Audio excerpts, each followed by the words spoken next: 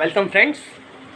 हमने कल देखा था पॉलिटी में हमारे भारतीय राज्य व्यवस्था में 1773 का रेगुलेटिंग एक्ट, जिसके अंतर्गत आने वाले ईस्ट इंडिया कंपनी के सारे कार्य और राजनीतिक क्षेत्र नियंत्रण करने के लिए क्या किया, 1773 का रेगुलेटिंग एक्ट लाया।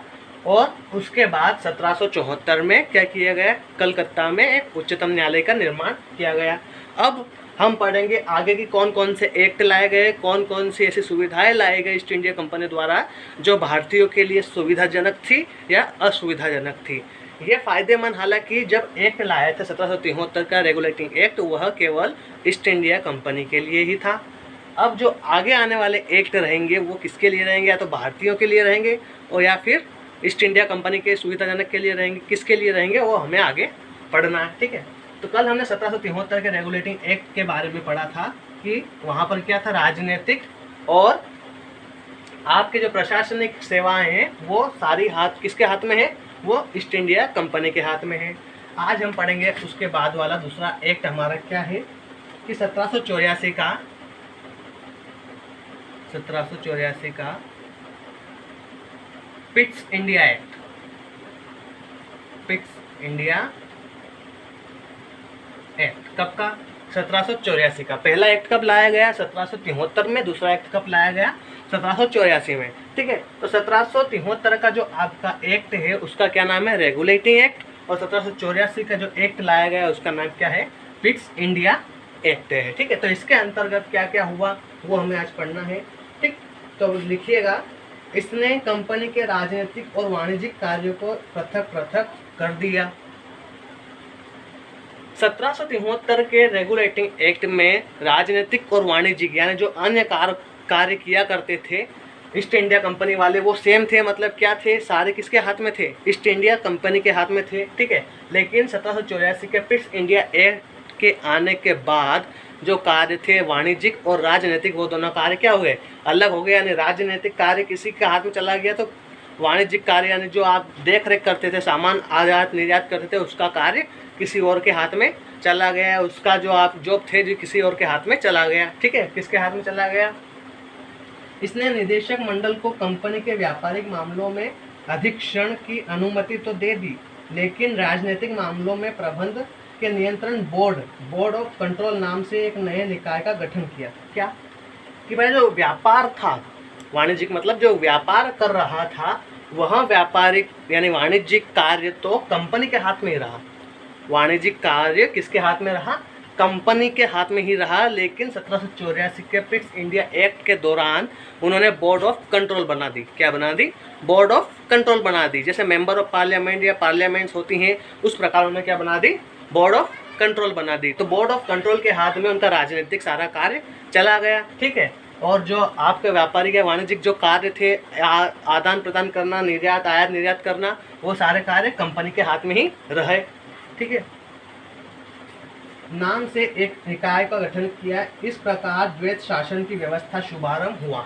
द्वैत शासन यानी द्वैत शासन वाले, दो शासन वाली, द्वैत शासन व्यवस्था का क्या हुआ, शुरुआत हुई। द्वैत शासन की मतलब भैया कि राजनीतिक कार्य अलग और वाणिज्यिक कार्य यानी व्यापार के कार्य अलग। तो राजनीतिक कार्य के लिए भैया कौन सी एक बोर्ड बनाई थी जिसका नाम था board of control. Board of control के नाम से एक कार्य बनाए, और ये जो थे आपके ईस्ट इंडिया कंपनी के ही हाथ में रही, ठीक है। यानी आपके जो व्यापार का कार्य संभाल रहे थे, देख रेख कर रहे थे, वो कंपनी ही कर रही थी, लेकिन राजनीतिक के लिए बोर्ड ऑफ कंट्रोल बना दी गई। कब बनाई, 1784 के पिट्स इंडिया एक्ट के दौरान, ठीक है। ये आपका एक्ट है। इसके बाद आपको आते हैं, मिलते हैं। इस प्रकार यह अधिनियम दो कारणों से महत्वपूर्ण था। भैया इसमें भी अलग अलग दो कारण महत्वपूर्ण थे। जैसे आपको 1773 के अगर जब बात करोगे तो उसमें भी दो कारण क्या थे, महत्वपूर्ण थे। पहला कारण था क्या, बंगाल के गवर्नर को क्या बना दिया गया था, बंगाल का गवर्नर जनरल नाम दे दिया था। उसके बाद 1774 के अंतर्गत क्या किया था, उच्चतम न्यायालय की घोषणा या फिर नींव रख दी थी। अब 1784 के भी दो अधिक या क्या बोल सकते हैं विशेषताएं हैं। क्या है, पहला, भारत में कंपनी के अधीन क्षेत्र को पहली बार ब्रिटिश आधिपत्य का क्षेत्र कहा गया, ठीक है। क्या कहा गया कि भारत में पहली कंपनी या भारत में कंपनी के अधीन क्षेत्र को पहली बार ब्रिटिश आधिपत्य का क्षेत्र कहा गया। यानी भारत में जो कंपनी थी ईस्ट इंडिया कंपनी की, उसका ईस्ट इंडिया नाम कब से पड़ा? 1784 के पिट्स इंडिया एक्ट के दौरान पड़ा। तब कहा उन्होंने ब्रिटिश की यह कंपनी, यानी अंग्रेज यहाँ पर क्या कर रहे हैं? अपना हुक्म चला रहे हैं, हुकूमत चला रहे हैं और अपनी कंपनियाँ चला रहे हैं। किसके दौरान? 1784 पिट्स इंडिया एक्ट के दौरान इसका नाम पड़ा। दूसरा क्या है? ब्रिटिश सरकार को भारत में कंपनी के कार्यों और इसके प्रशासन पर पूर्ण नियंत्रण प्रदान किया। ठीक है, क्या हुआ? ब्रिटिश सरकार, ठीक, सरकार कहाँ है भैया? ब्रिटेन।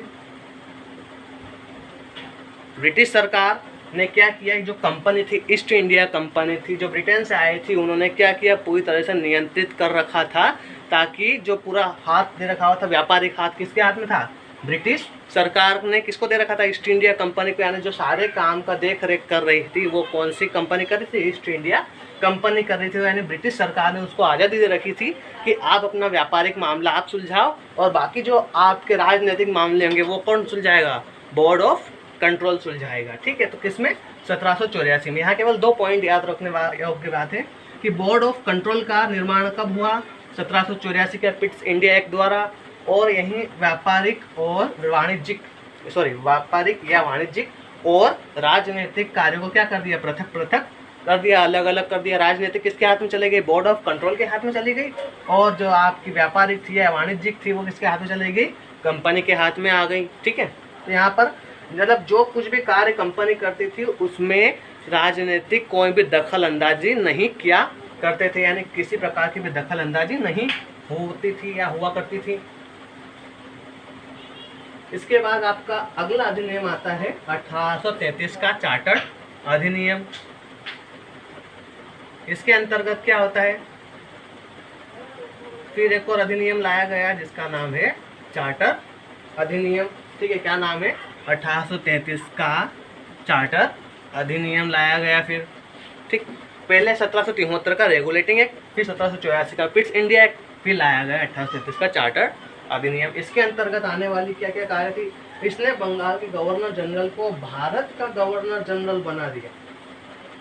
यह बिंदु आपको याद रखने योग्य है। पाते हैं क्या कि भैया बंगाल के गवर्नर जनरल कब बने थे? पहले तो बंगाल के जनरल थे या गवर्नर थे, बंगाल के क्या थे? गवर्नर थे, जिनको 1773 के अंतर्गत रेगुलेटिंग एक्ट में बंगाल के गवर्नर जनरल पदनामा दे दिया गया। उसके बाद बंगाल के गवर्नर जनरल पदनामा को बदलकर भारत का गवर्नर जनरल नाम दे दिया गया। कब?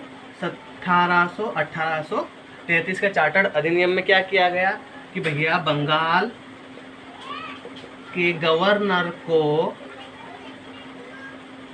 भारत का गवर्नर जनरल कहा जाने लगा।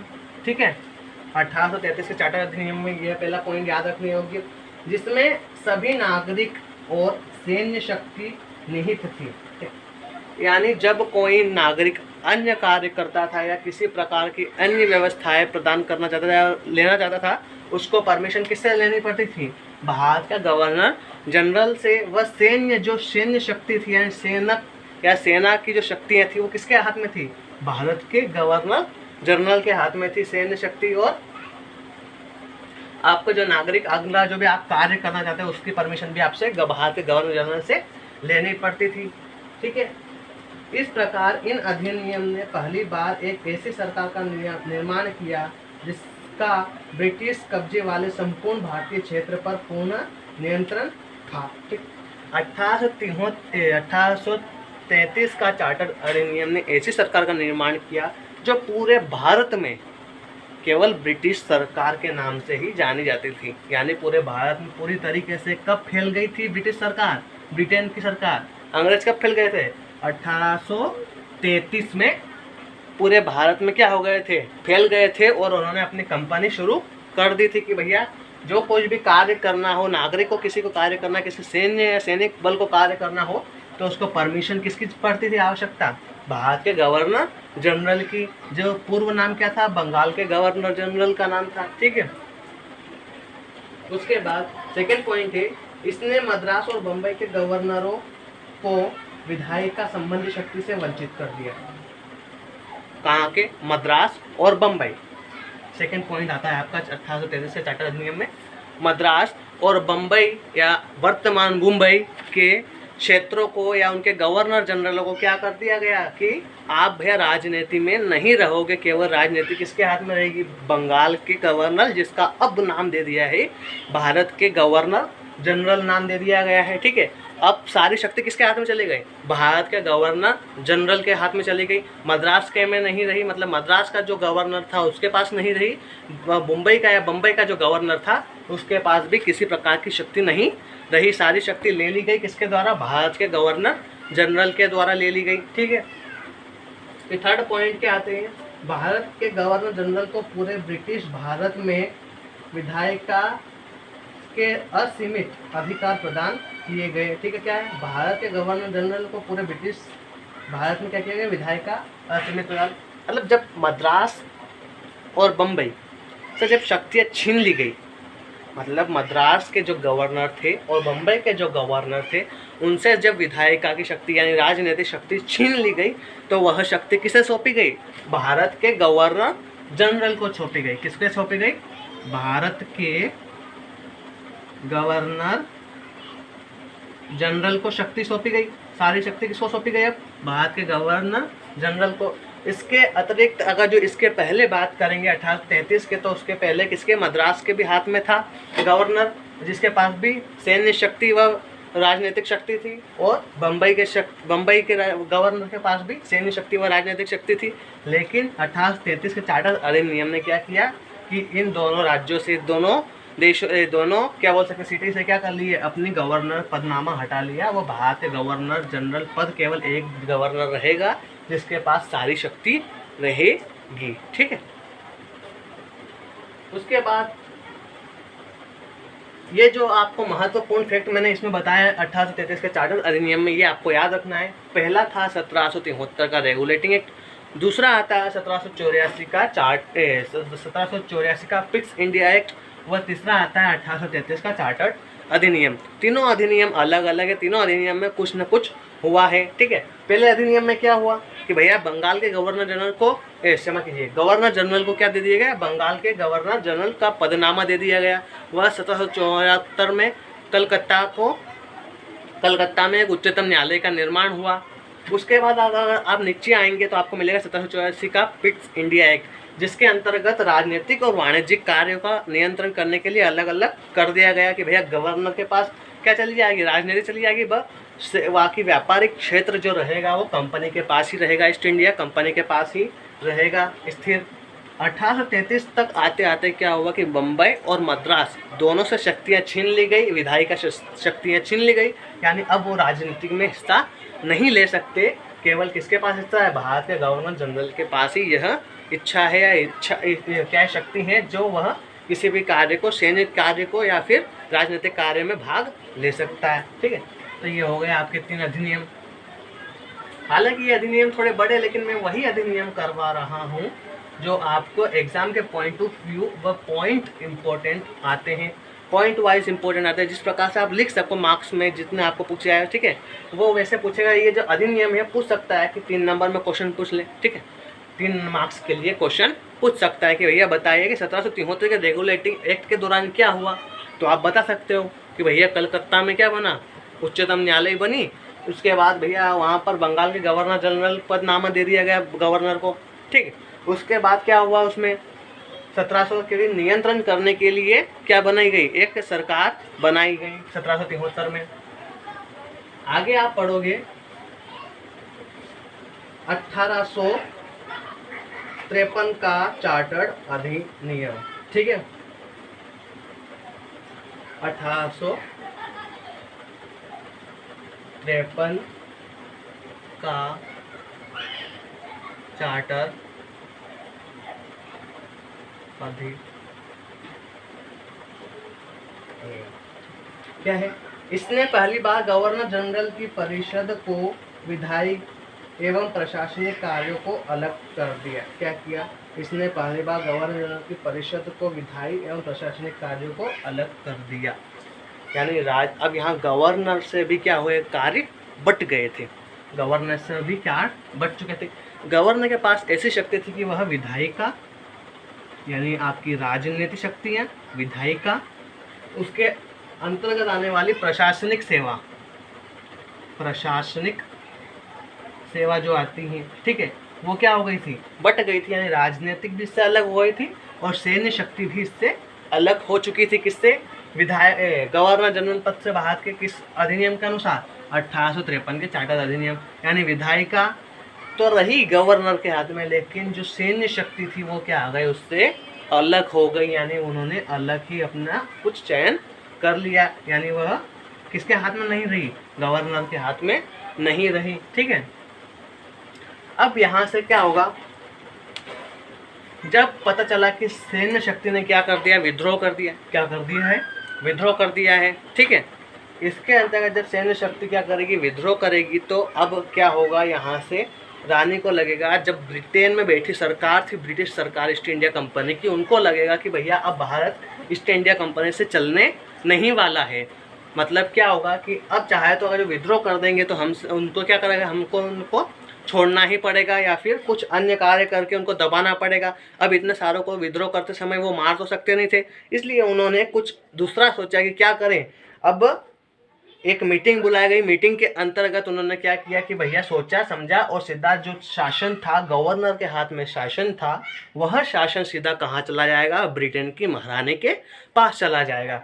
कौन सा शासन? कि भैया 1853 तक कौन राज्य करता रहा, 1858 तक वैसे तो अंतर्गत कि भैया ईस्ट इंडिया कंपनी के 4 साल के अंदर 1857 का विद्रोह हो चुका था सैन्य शक्ति में प्रशासन सेवा के अंतर्गत। ठीक है, इसलिए इन्होंने सोचा कि अब हमसे यह संभाले नहीं जा सकते, अगर जो इन्होंने विद्रोह कर दिया तो हमारे लिए दिक्कतें क्या हो जाएगी, खड़ी हो जाएगी। इन्होंने इसलिए जो राज्य था गवर्नर के हाथ में था, विधायिका राज्य थे, और जो अन्य दूसरे राज्य थे व्यापारिक हालांकि रहेंगे, किसके पास रहेंगे, अभी ईस्ट इंडिया कंपनी के पास रहेंगे। प्रशासनिक सेवा वो विधायिका किसके हाथ में चली गई, अब यहाँ से ताज के हाथ में चली गई, यानी वहाँ ब्रिटेन की महारानी के पास चली गई। तो अब यहाँ से हम कौन सा टॉपिक शुरू करेंगे, ताज का शासन, जो कब से कब तक था, 1858 से 1947 तक रहा ताज का शासन हमारे ऊपर। ठीक है, तो हमने 1773 से लगाकर 1853 के चार्टर अधिनियम तक हमने पढ़े। आपको हो सकता है, उम्मीद करता हूँ मैं कि आपको याद हो जाए, और याद ना हो तो कमेंट करके बता देना। ठीक है, मैं इनकी PDF भी लिंक में शेयर कर दूंगा अगर आपको याद ना हो तो। ठीक है, तो 1853 का चार्टर्ड अधिनियम, 1773 का रेगुलेटिंग एक्ट, 1784 का पिट्स इंडिया एक्ट, वह 1833 का भी चार्टर्ड अधिनियम, ये आपको क्या करने हैं, याद रखने हैं। ठीक है, तो आज के लिए आपका क्या कंप्लीट हो चुका है, आज आपका आप ईस्ट इंडिया कंपनी का जो आप पर शासन रहा वह आपका यहाँ पर समाप्त हो रहा है। अब अगले टॉपिक में देखेंगे, क्या देखेंगे कि ताज का शासन शुरू हुआ। अब कैसे शुरू हुआ मैंने वो इसी वीडियो में आपको बता दिया है कि भैया इनको लगा कि अब विद्रोह हो चुका है, जब विद्रोह होगा तो इनसे सरकार संभली नहीं जाएगी, ये क्या करेंगे, सीधा अपना राजपाट किसके हाथ में दे देंगे, महारानी के हाथ में दे देंगे। वहाँ पर महारानी बैठी बैठी राज चलाएगी, लेकिन उनके चुने हुए व्यक्ति ही यहाँ पर क्या करेंगे, आकर रहेंगे और क्या करेंगे, हुकूमत चलाएंगे। ठीक है, वो आगे हम ताज के शासन में देखेंगे। आज के लिए इतना ही, थैंक यू।